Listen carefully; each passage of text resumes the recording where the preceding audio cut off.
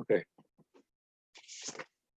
I can't see anyone. Everyone's hiding themselves. You guys can feel free to unhide yourself if you want. So could actually feel like I'm talking to an audience, but that's up to you. Welcome everyone. We're living in very trying times on many levels, obviously including business. This is not a chizuk share, it's a business-oriented presentation, but I just wanted to start off by saying that as much as the current situation is abnormal and as much as the world has changed forever, we have to remember that nothing really changed. Hashem was always in charge and he continues to be in charge. So really nothing has changed as far as that is concerned. That's especially true when it comes to business, because we know that Parnasa is from Hashem and will always be from Hashem.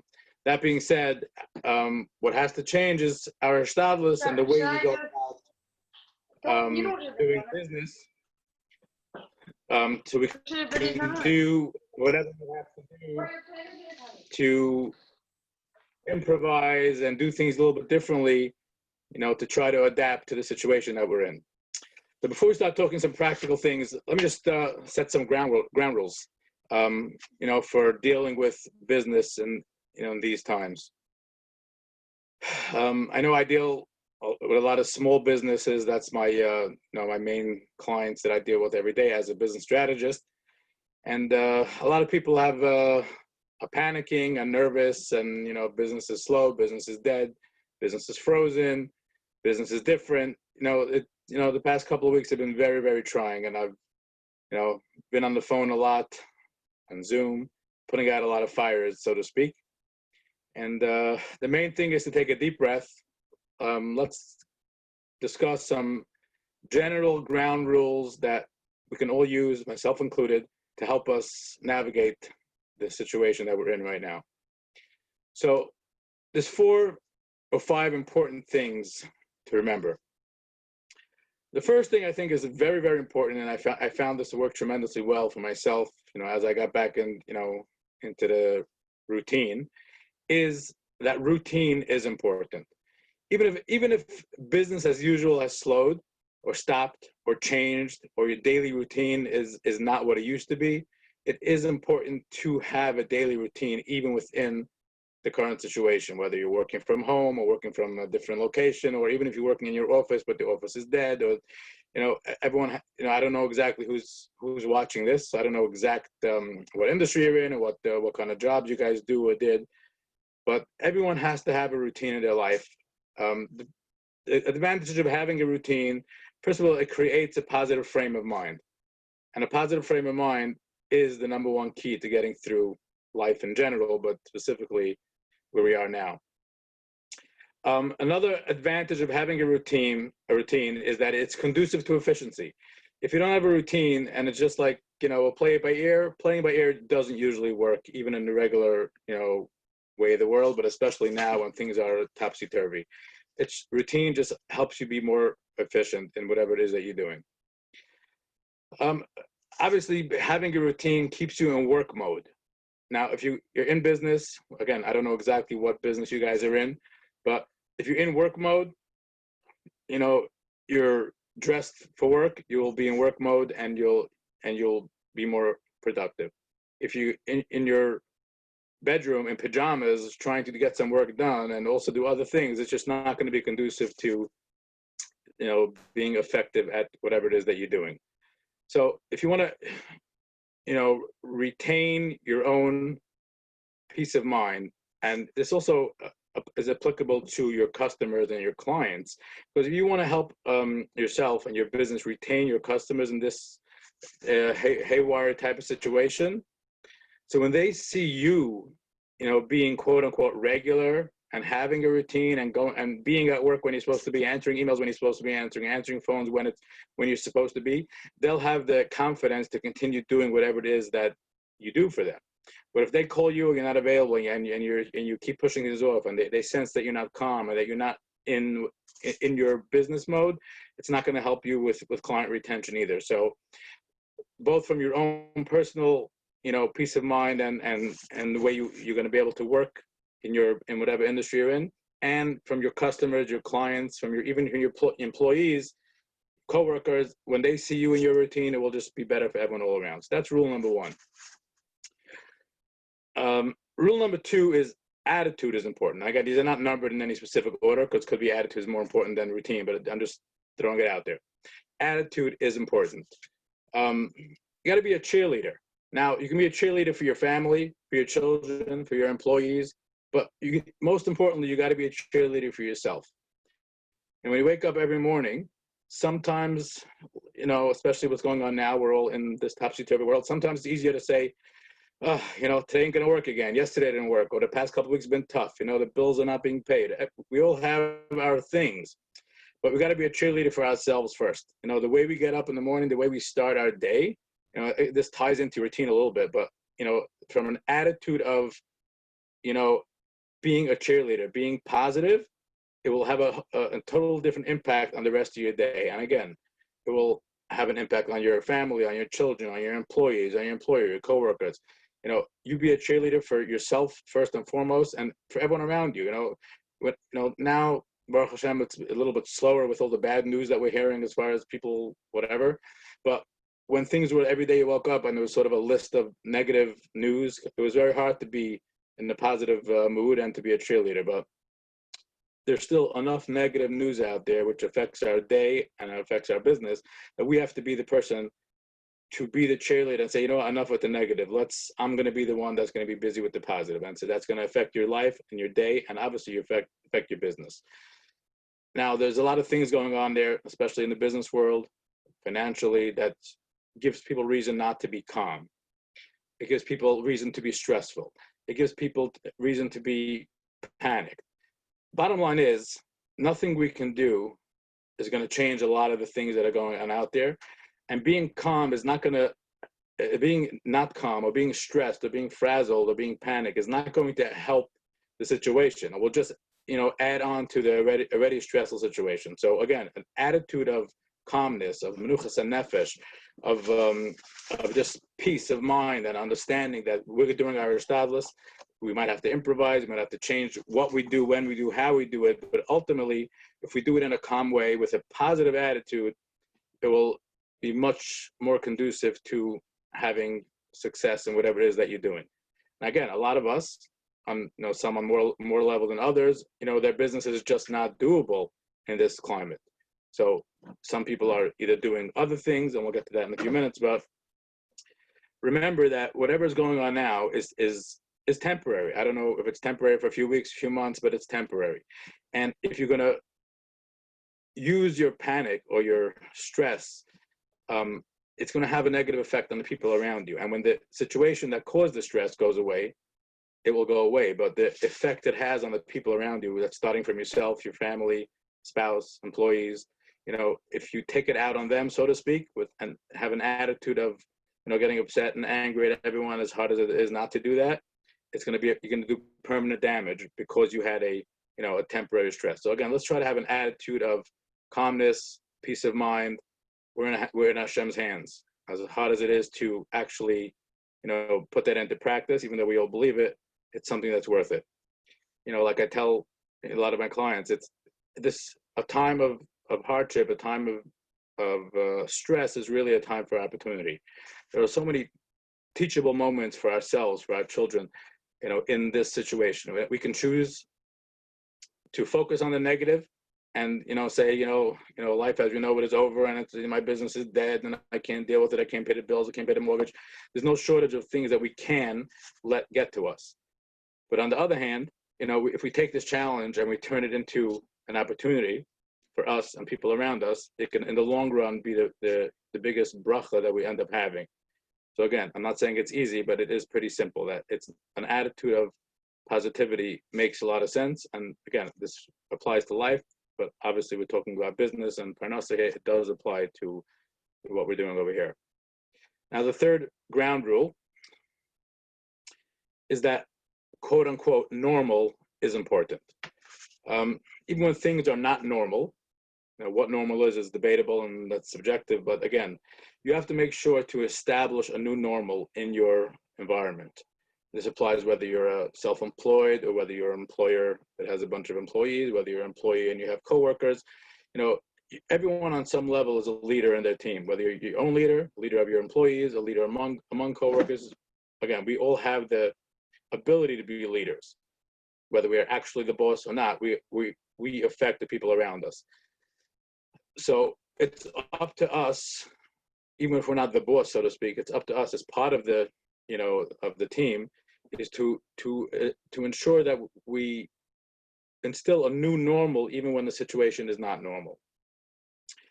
And it's important to be clear when I say be normal. I've been called worse than not normal, but be normal means you be clear with your employees, with your clients, even with yourself, like what's expected during the situation. Obviously, everyone understands not every industry, not every situation could be the same as it was, the same 9 to 5 or the same, deadlines and stuff like that. But even if it can't be the same, you still establish, okay, now that we're in, COVID-19 mode, okay, so we're not working from 9 to 5. We might be working from 11 to 3. Okay, so 11 to 3 is the new normal. It shouldn't be every day like, today I'll work, these hours, tomorrow I'll take a day off. That's not going to be conducive to getting you into the frame of mind of having a normal work situation. We're all having meetings, right? We don't have meetings in, four corners of Bagel Lounge anymore. We have a meeting on Zoom or on the phone. We should still pretend that the meeting that we're having is normal. What we're doing right here on Zoom is not normal. I'm sitting at 8 o'clock at night in my house, in my study, and you guys are wherever you are, and we're having a speech. Usually when I give a seminar or workshop, I can see everyone, there's interaction. It makes my life more, easier. This is not so easy because I feel like I'm talking to the wall.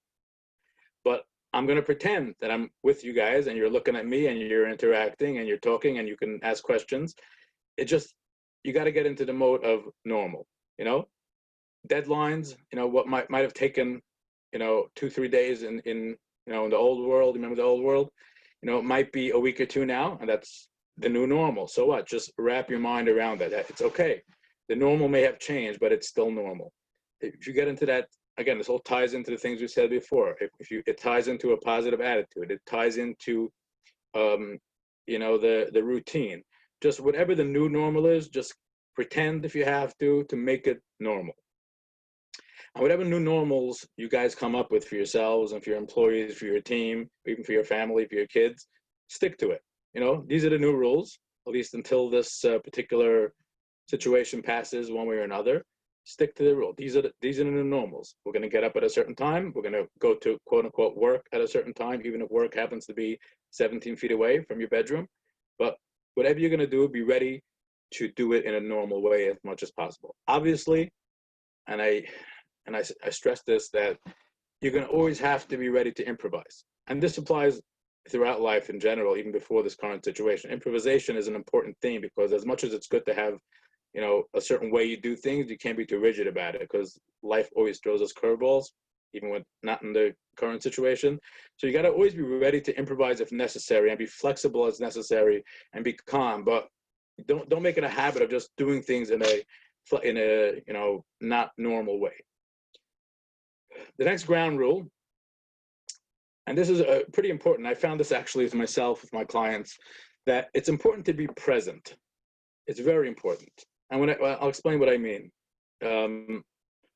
When a situation is fluid, like our situation is, and it's uncertain, and it's important to be present for the people around you, as well as for yourself. And it's funny because as I speak, everything I'm saying applies pretty much to someone who's a self-employed person who sits in his own office or her own office and doesn't have employees, doesn't have a team, as well as someone who has a team of 5 people, 20 people, 100 people. It's pretty much the same concepts can be applied to everybody. You got to be present. What I mean to say is like this. If you have employees who are all working remotely now, right?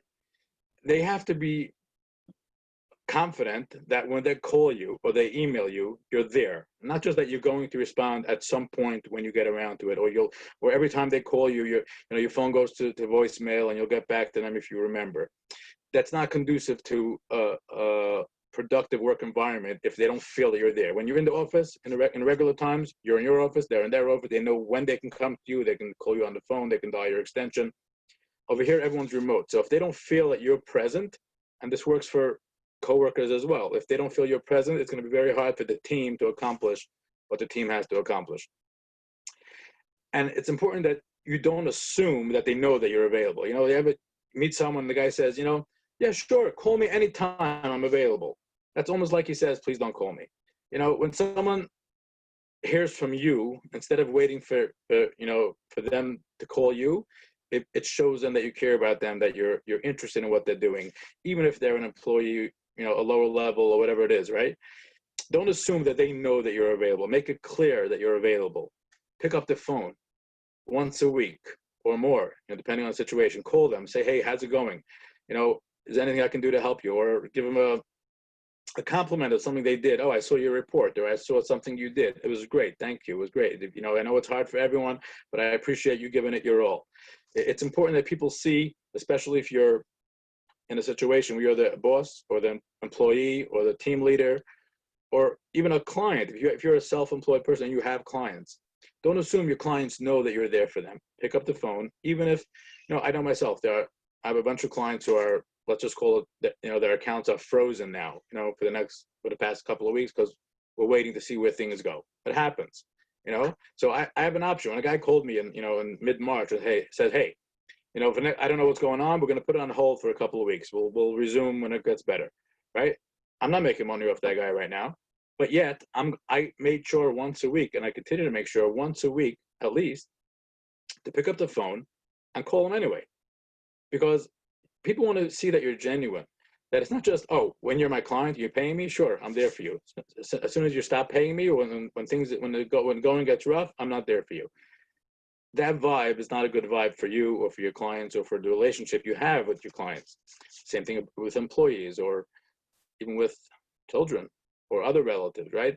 Even when the going gets tough, pick up the phone and just say, hey, I know we're not in a regular work situation, but I'm just checking in on you to see how things are going. Again, that's part of just make sure you're being present. When you are part of a team, and let's say in your usual, when work is usual, you have, let's say, weekly meetings, weekly check-ins, which is important in most organizations. Keep that schedule going. Whether it's not exactly weekly, but try to keep as much as what used to be going. If you had team meetings, keep having them on the phone or on Zoom. And again, like I said before, it's important to give praise and give, chizuk, and give, show them that you're noticing what they're doing, and make sure you acknowledge that you appreciate them being part of the team, even though things are not the way it should be. And the final ground rule, before I get into a little more detail, and this is very important nowadays, especially, and I find that's almost like, superfluous to say it, but it's very important to be relevant. Make sure your clients and your customers know that you're still in business. A lot of people are telling me that, oh, it's so hard now, business is slow, business is dead, business is frozen. And I say, okay, let me hear about your business. They tell me what they do. I'm saying, okay, so did you reach out to your clients? They're like, nah, reach out. You know how it is dead out there now.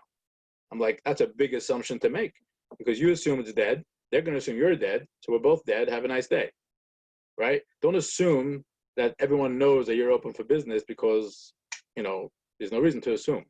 Assumptions are never a good idea. Make sure people know that you're still open for business. Make sure people know that whatever you're doing, your store is open. You're not doing regular store hours. You're doing, let's say, curbside, or you're doing delivery. Make sure they know it, right? Let them know you're open, whether it's email or text or phone calls. Don't assume they know you're open and that your business is running. And the final thing, as far as a ground rule, again, I don't know the industry that you're in, but this applies definitely to 90% of you listening, is that LinkedIn is always an important platform to be on and be active on.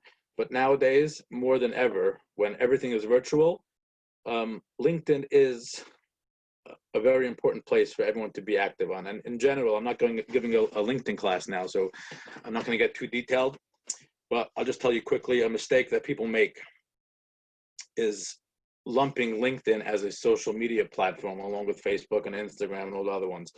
It's not, in my opinion. In my opinion, and from my experience, LinkedIn is not a social media platform. LinkedIn is a virtual networking platform. Networking is a key, crucial part of business. We don't have the regular networking now, so we only have virtual networking. Right now, LinkedIn is a virtual networking platform that is extremely, extremely important to be on.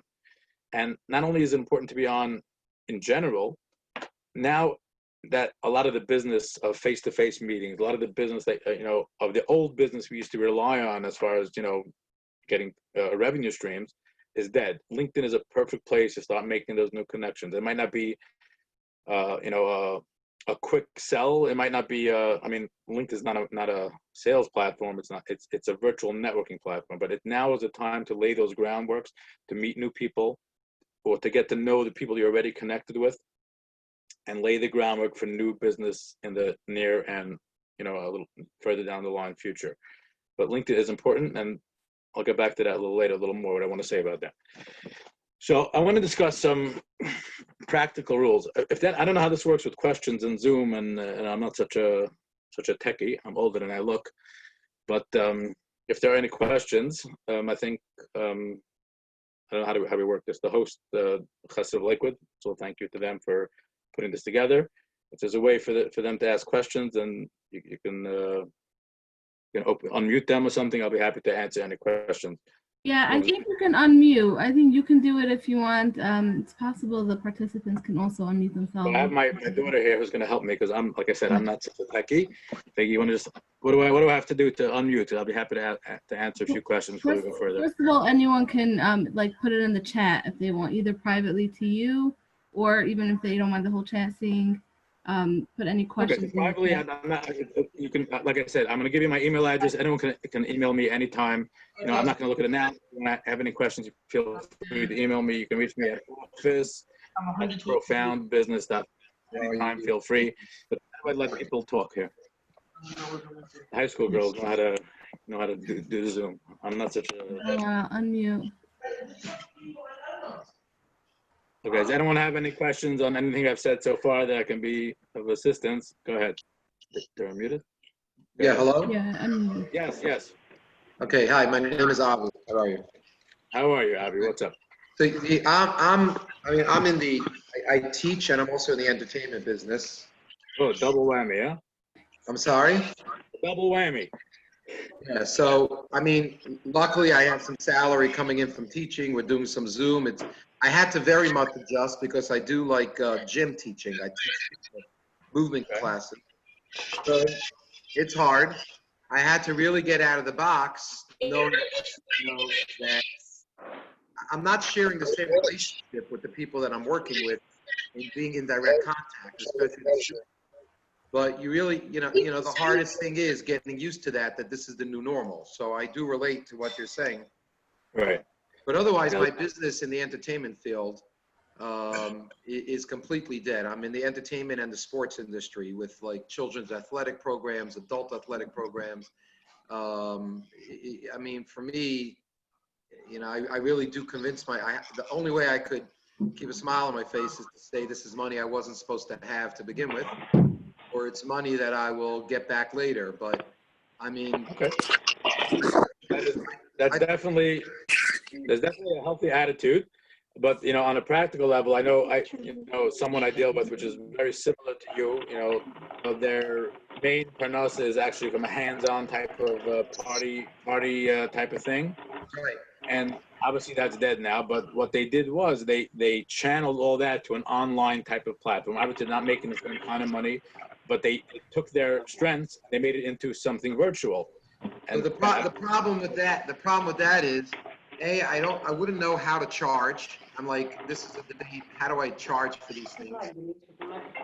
Okay, that's something you have to speak to a business consultant to figure that out. Obviously, you're not going to make the same money, but it keeps your revenue down, and develop that relationship with the people that you were servicing. Yeah, what's AVO? I know, that's why I printed it again. What about the fact that there's avocados? That's why I thought maybe it was avocados. Is there any fruit that's on sale that looks good? Someone's talking. Yeah, guys, you gotta mute yourself if you're not part of this. Yeah, I know. There are so many people that are doing things for free. How do you convince yourself that you can go out there, do it for money, and not have it make you look bad? How do you do that? Right. Okay, so there is a lot. There's a lot to do, Avi. But again, I don't want to. Let's keep that for later. I'll be happy to answer you a little bit later about that. There are ways to do it, and if you're confident in your skills or what you do, then don't be afraid to give it away for free. Because if you're good at what you do and you offer certain things free or reduced, people will come back for more and pay you when things get settled. That's just a fact of life. But no, catch me later and we'll continue because it's not fair to everyone else to to give you a private consultation. Can you say your email address again? Yes, absolutely. I'll post it. I'll say it at the end again, but I will say it now. It's office@profoundbusiness.com. Okay, so I want to discuss something. Maybe we should put it back on mute for a few minutes, Faggy. Yeah, I'll do that. Okay. Let's discuss practical stuff. So that was a little, that was a and applies to pretty much every industry. There's something that I use a lot, in my consultations with clients, mostly small businesses, but again, this applies to everyone.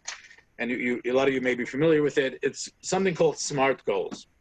SMART goals is, the words SMART, the word SMART, and they stand for 5 things, which are, let's see, SMART is specific, measurable, assignable, realistic, and time-related. I want to discuss that a little bit in depth, each one of those. In general, again, this applies to life, but we're discussing business here. In business, if you want to have a business, this applies to small businesses, entrepreneurs, people who have, do have employees, people who work on their own. Nothing's going to get off the ground in your business if you don't have goals. Now, the smarter your goals are and the more, conducive they are to actually being employed, they'll be better. Like the famous line goes that a goal without a plan is just a dream. We all have dreams. We're all going to do this. We're going to do that. We're going to do everything. We're going to accomplish. We're going to think. But by the time we finish, dreaming about it, it's, it loses steam. So we definitely need to have goals, and we need to have goals that make sense and that are set up in such a way that they're going to be accomplished. So, SMART goals are extremely important always, but again, they're much more crucial now during these times when many of us are doing things that we haven't been doing before. We're changing gears. We're going upstream. With one paddle. So when you're doing things that you're used to and that you're experienced at, and you're doing it for 10 years, you might be able to wing it even without having good goals every step of the way. But when suddenly you're switching gears midstream, you better be clear on what you're doing or what you need to do and what your goals are and what your goals should be. Otherwise, you're just going to fall flat on your face, and it will just add to the stress. And it's like it's almost not even worth it to just like I've been real estate for 20 years, and the real estate now I can't walk into houses without 6 masks, so I'm not doing that now. So I'm going to become a barber, right? Or another type of industry that maybe you could do now without with people. If you're not going to plan and execute properly, it's not going to work. So the SMART goals are very important, especially when people are being creative now. And a lot of people are being pretty creative. I hear from people that I speak to, or just looking around. People, you read the ads in the papers. People are being very creative and channeling their parnasa, even within their industry in a different way, and they're thinking of ways to make it virtual and stuff like that. It's great, but creativity at the expense of proper planning it's not a good shidduch. Because you can be creative all you want, but if you don't have the tools to make your creativity into a viable revenue stream, it's not going to work. So the first thing about SMART goals, and by the way, again, I forgot about this, I do have this thing. I'm a big fan of SMART goals, and if you email me afterwards, I'll be happy to email you this paper, which we put together. We give out to a lot of clients as a reminder, our SMART goals. The S is called specific. Now, specific is like this. When things are going haywire, if you're not going to be disciplined about what you're going to do, what you need to do, or what needs to be done, it will get lost in the chaos. You need to make special goals, especially now, when things are going in not the direction that we planned for when we started the year 2020. Right? 2020 was supposed to be the year. Remember, everyone had their goals and their resolutions, and then things were going to be amazing, right? and they are amazing, Baruch Hashem, but they are amazing in a different way than we anticipated. But as far as Hishtadlus goes, we have to make our goals, and we have to make them smart. Specific means, what are you going to do? Don't just say, "Oh, I'm going to become a gymnast." Okay, now what does that entail, right? You can't just say, "Well, it looks interesting. I saw someone else do it. My neighbor did it. I probably could do it." Be specific. What exactly are you going to do? What, why that? Why did you pick this? Why does it talk to you? What kind of skill sets do you have that make sense for you to do that? If I would say I'm becoming a mechanic because I know my neighbor's a mechanic and he's making, a nice amount of money, and I see that he pays his bills and he's doing great. There's only one problem. I can hardly put gas in my car, right? So my skill sets are not in line with being a mechanic. Yours might be. So you got to be very specific in the goals that you make to make sure that they make sense. That being said, there are things that we all put off. I know by me it's for sure that way, but I suspect you all know what I'm talking about. We'll have that list of things, that to-do list, which a lot of things you want to do always end up on the very bottom of the list. Now happens to be a pretty good time to do those things. When things are slow, when things are dead, when things are, we're stuck at home, we're not running around, whether it's, excuse me, whether you're someone who has a book to be written inside of you, now's the time to write that book. Or you have that desk, which is, with papers piled up to the sky since 2017, which you always say, I really got to get to that. Now would be a good time for that. Is your company website need a revamp? Are you still using that blog site post from 2010? Now might be a good time to look into redoing that website. Again, there are so many things. Excuse me. There are so many things that we all wanted to do over the years, and if we're specific about, what, now the next 2 weeks or next 3 weeks, I'm going to tackle that thing. That's called a specific goal. Instead of just saying, I'm going to do the things that I knew I was pushing off for the past few years. Those things are not specific. No, make it specific. I want to redo my website. Give yourself a goal that I'm going to redo my website between now and and June 1st. So that's specific. Whatever it is that you do, whatever direction you're heading, make sure you're very specific. The M in SMART goals is measurable. Again, like we said, a goal without a plan it's just a dream, right? So whatever it is that you want to accomplish, make sure it has a quantifiable indicator of progress, right? You say, oh, I want to do a new website. Let's just use that example. It's easy, simple. Everyone can relate to that on some level, right? Okay, what does that mean? If I want to do a new website, today is May 6th. I have to be able to say that by June 6th, which is, you don't need that much time even, but let's just say June 6th. By June 6th, I would like to have it a total outline from top to bottom with exactly what page is going to be on my website, what the web copy, who's going to do the web copy. There's a lot of stuff that go into the website, but it should be measurable. Not just say, oh, I should do it. Yes, you should do it, but you should say, I'm going to do it by June 6th. Measurable means know the parameters of what you need to do. Again, you can just say, oh, I need a new website. You know who to call. You know what to do. You know what your website is supposed to accomplish. You know the purpose of a website. You know what kind of website you want. Do you need an e-commerce website? You're not an e-commerce website. Is your website about you? Is it about your company? Do you need a page? You need bios? There are so many things that go into a website. You need to know the parameters of what you need to do. That's measurable. So I can't just say, oh, I need a website. I need to know what is it that you need a website for? What is your website's goal? What is the purpose of your website? What do you want to do? How's it going to be a revenue stream? What kind of platform is best for me? How much money am I willing to spend on my website? There are a lot of things you need to, those are measurable. If you want to have that goal, you need to have measurable parameters on your goal to know what it is that you're going to accomplish. Again, what is the end product, right? You want to have a website. If you need to know at the outset of your product, what do I want it to look like at the end, right? That means you want to be busy looking at comparable websites from people in your industry, companies in your industry. If you're a baker, you should be looking at all the different baking websites out there. Different types: small, big, large, nice, not so nice. Websites that are more, pretty but not so functional. Websites that are functional, not so pretty. You need to know what is it that you want to do. So what's the end goal? Again, you need to understand the criteria of the project. You need to understand, you can't be vague about anything. If you're vague, then your goal will not be measurable, and it will end up being that dream, which dies with the other dreams that you never did anything serious about. So the next thing in the SMART goals is the A, and A is important. It's just more important in a organization where there are more than one person. So like, if you're a self-employed and you're 1099er, it's not as important, but it's still important. And that's the A is assignable.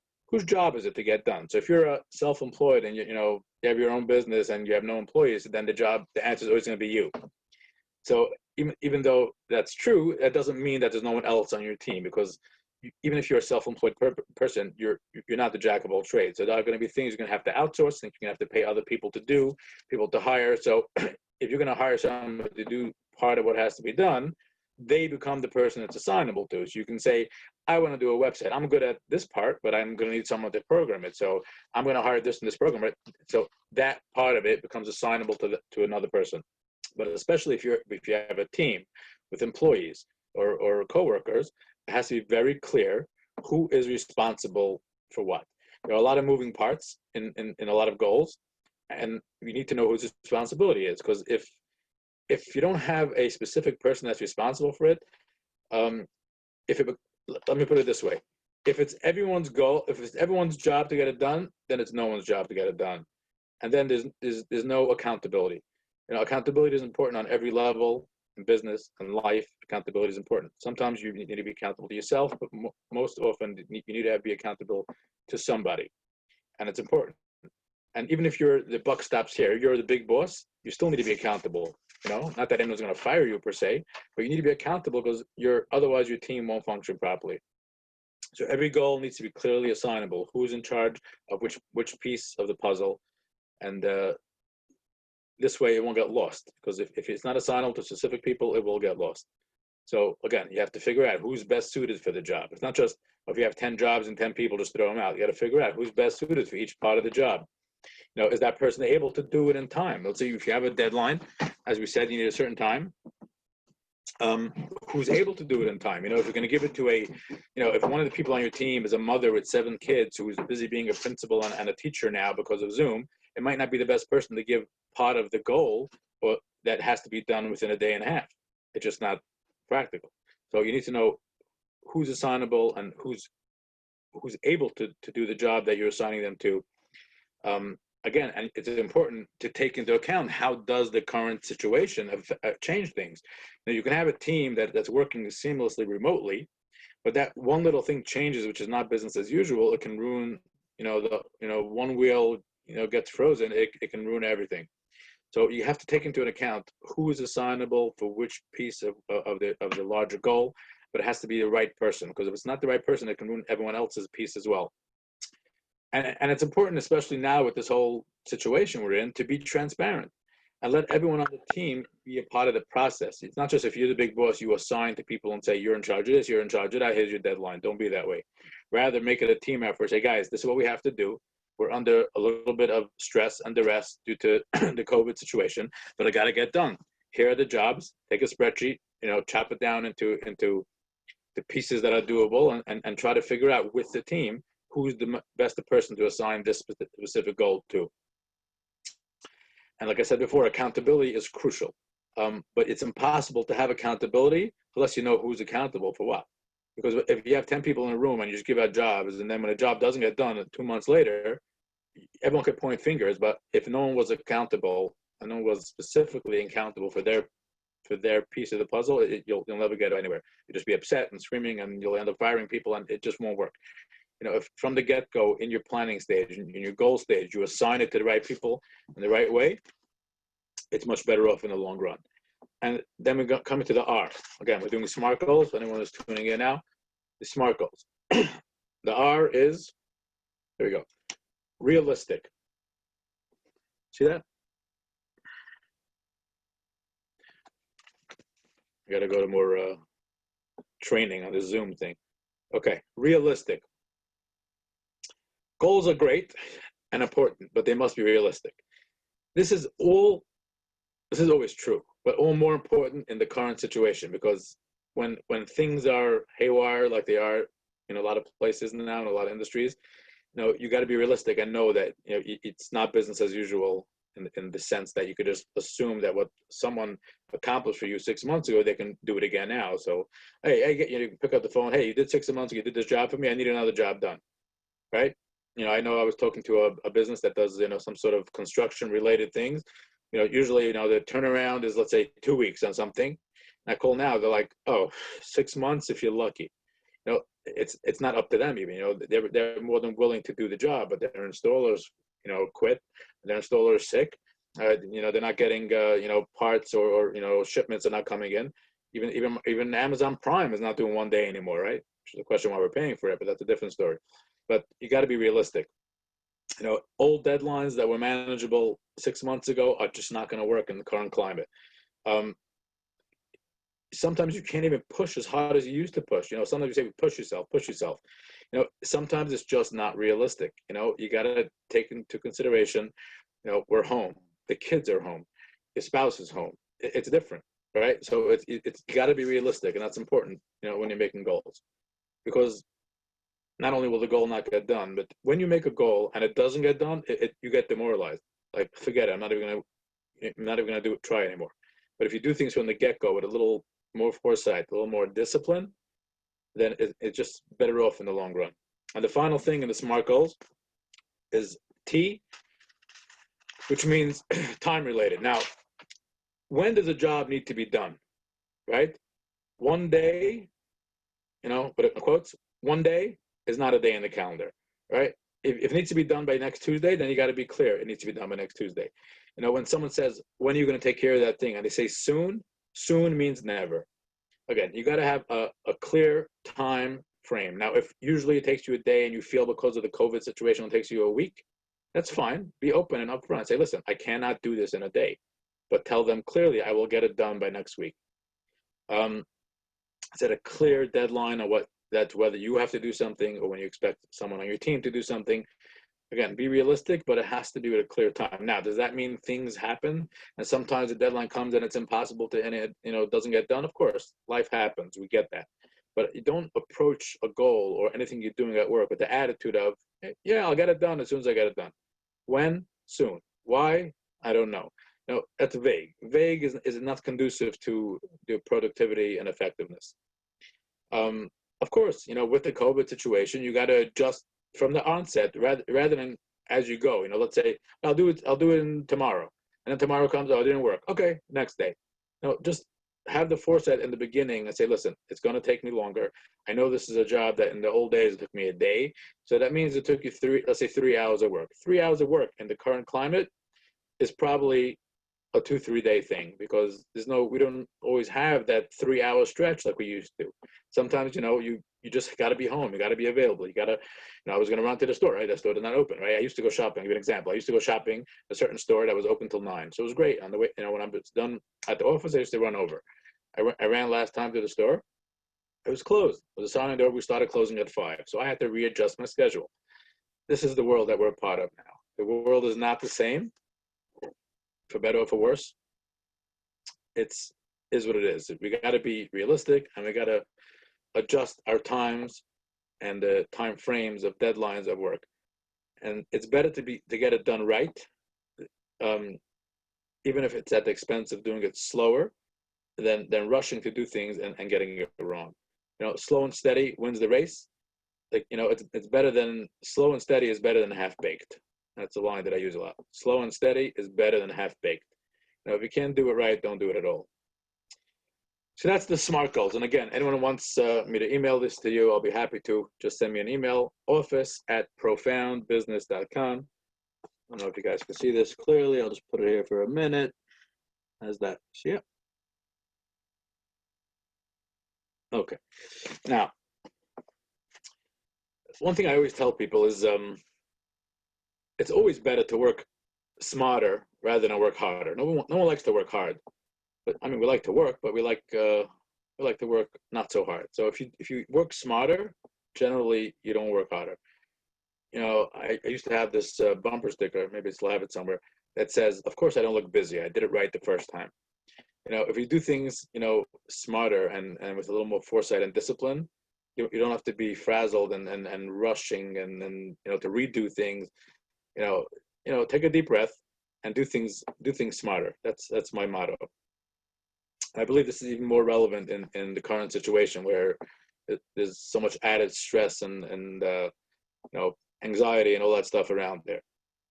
And again, that's all part of attitude, like we spoke earlier. A positive attitude is conducive and constructive to having a better day. One more thing I just wanted to mention over here before we, I guess, open up for some more questions. Oh, there's something that's actually interesting. I've been speaking to a bunch of clients over the past couple of weeks, and I find that a lot of them have a little bit, for lack of a better word, feeling guilty. They're feeling guilty that they take breaks sometimes. Life at home, especially those who are working at home for whatever reason. A lot of people are still working at home. It gets a little hectic and it gets stressful, and sometimes you just need a break.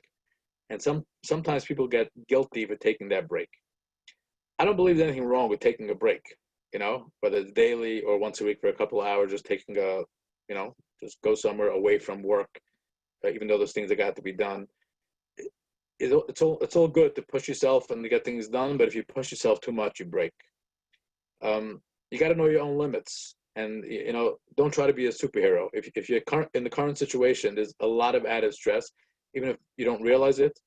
There's a lot of anxiety, stress, panic, call it what you will. We all have it on some level, and we all deal with it differently. If the current situation demands that you be home more often, or that you spend more time with your children, which is definitely a good idea, don't beat yourself up about it, and don't look at it, but I have so much work to do, and if I would work harder, and maybe I'd make more money. The situation is such that you got to give yourself a break. A lot of parents out there, mothers, fathers, whatever your home situation is, that I don't know your specific one. A lot of us are our teacher / principal / breadwinner / therapist / everything at this point. I walk up and down the halls in my house. Sometimes I feel like I'm a principal. And every door I open, I see a different child, learning something else, like a different classroom. Baruch Hashem, Baruch Hashem, we have children and they're learning, and the schools are trying as hard as they can. Not perfect. Nothing's perfect in life, but it's okay to work less.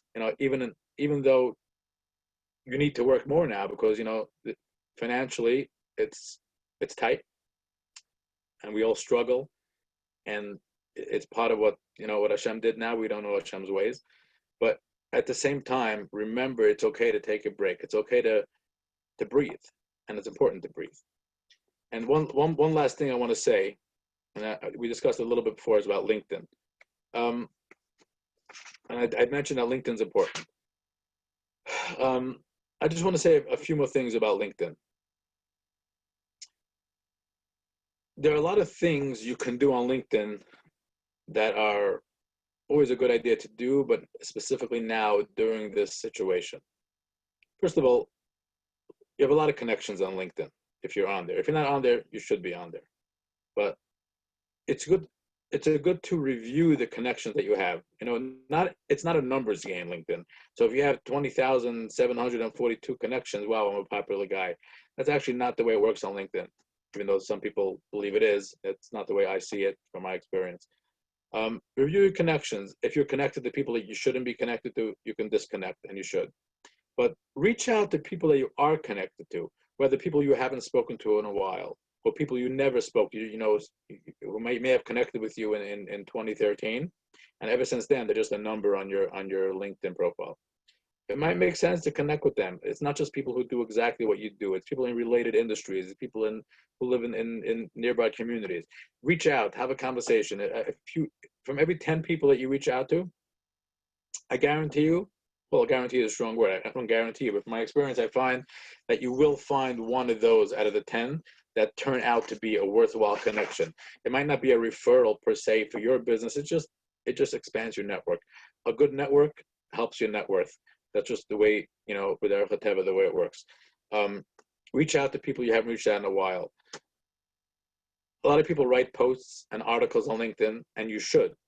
and you should write posts, and you should write articles, because first of all, it helps keep you relevant in the industry. It helps establish you as the expert in your field. Everyone can be an expert in your field. You can pick your little niche, or you can pick your little corner of your industry. Establish yourself as the expert in your industry. And when you do that, over time, when you post and you write articles, people will recognize that. And when you give people free knowledge when you're in your corner of the world, they'll eventually come back to pay for more. And if it's not them, it's just the fact that your reputation as the expert in that industry. So you definitely should be writing articles, writing posts.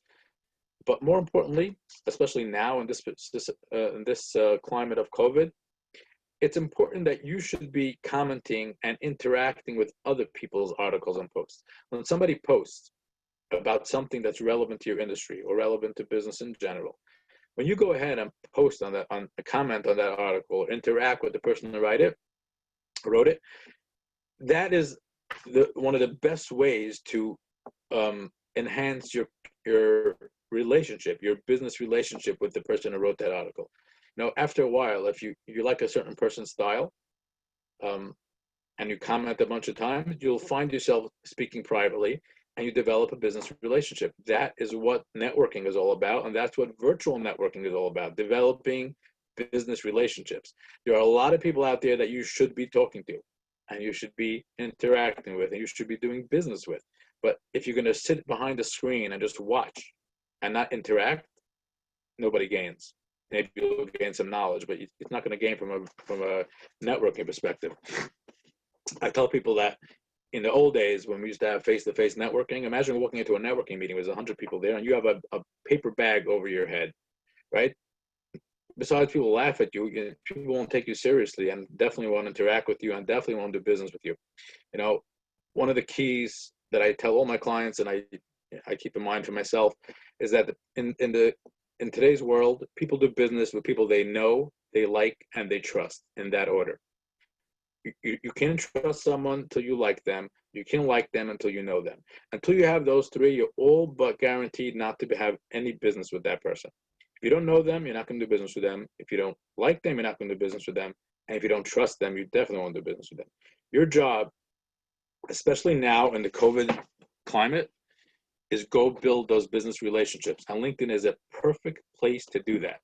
Get to know people, get to know them, get to like them, get to trust them, and then you are building your network to the point that you'll have more people to do business with, and you'll expand your current business. It's just all positive things happen from interacting with people, with networking with people.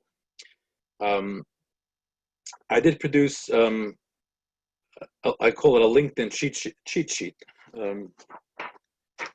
Okay, this is actually something I give out for a few years already. That might not be 100% current, but I'll be happy to email this to anyone who wants it. It's basically a LinkedIn cheat sheet that helps you know how to utilize LinkedIn in just a few minutes a day. LinkedIn is not something you have to spend hours and hours and hours with. In the first couple of days, it might take you more time, but once you get the hang of it, with 10, 15 minutes a day, you really can utilize and make LinkedIn an effective platform for you. And this is important always. And I'm a big LinkedIn fan. I write on LinkedIn, and I post on LinkedIn, and I make videos on LinkedIn, and I have a lot of clients from LinkedIn, and I network a lot on LinkedIn. I haven't been doing the past few weeks, so I'll be admit that, because it's been busy. But LinkedIn is an important platform, and if you're not on it, you should get on it, and if you're on it, you should utilize it better. And if you have any questions, if you want my LinkedIn cheat sheet, you want my smart list thing, you want anything else, you're welcome to email me, office@profoundbusiness.com. You can check out my website, profoundbusiness.com. You guys feel free to email me about anything I said tonight, or about anything that I didn't say tonight, or any constructive criticisms or questions or anything. I'm an easy guy. I'm available. I answer all emails, phone calls usually. If you have any questions, you can feel free to email me anytime. And remember what we said in the beginning, that as much as the world has changed, the fact is that Hashem is in charge. He always was in charge. He is in charge, and always will be in charge. That has not changed. So just adjust your shtadlus as necessary, and you'll be okay. Thank you very much, and I hope this was helpful for you. And I wish everyone much bracha and atzlacha with everything you do. If you have any questions, I'll be happy to answer as long as everyone doesn't talk at once. Yeah. Thank you. Thank you. Anyone can unmute themselves, I believe, if you have a question to ask. Yes. Any questions? How do we get the cheat sheet for LinkedIn? Just email me, and Belina, I will get it to you, but tomorrow or the next day. office@profoundbusiness.com is the way to get it. I'm trying to remember if I have it uploaded on my website. I don't think I do. And also, you guys could be, please find me on LinkedIn and feel free to connect. I won't reject you. Just leave me a little note that you were part of this presentation and you want to connect. I'll be happy to connect. And any questions you have, don't be bashful. I don't play hard to get. Just any questions, I'm there. Any questions now? Going once, going twice.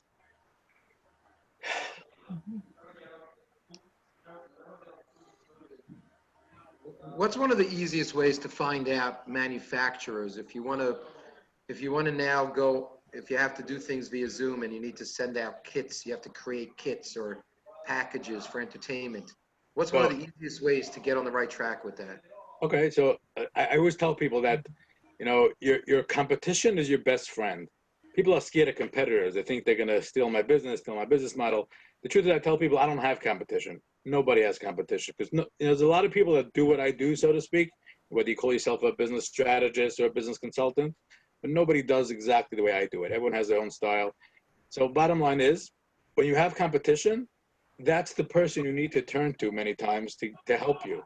I don't know how to get party goods from China. That's not my industry. But guess what?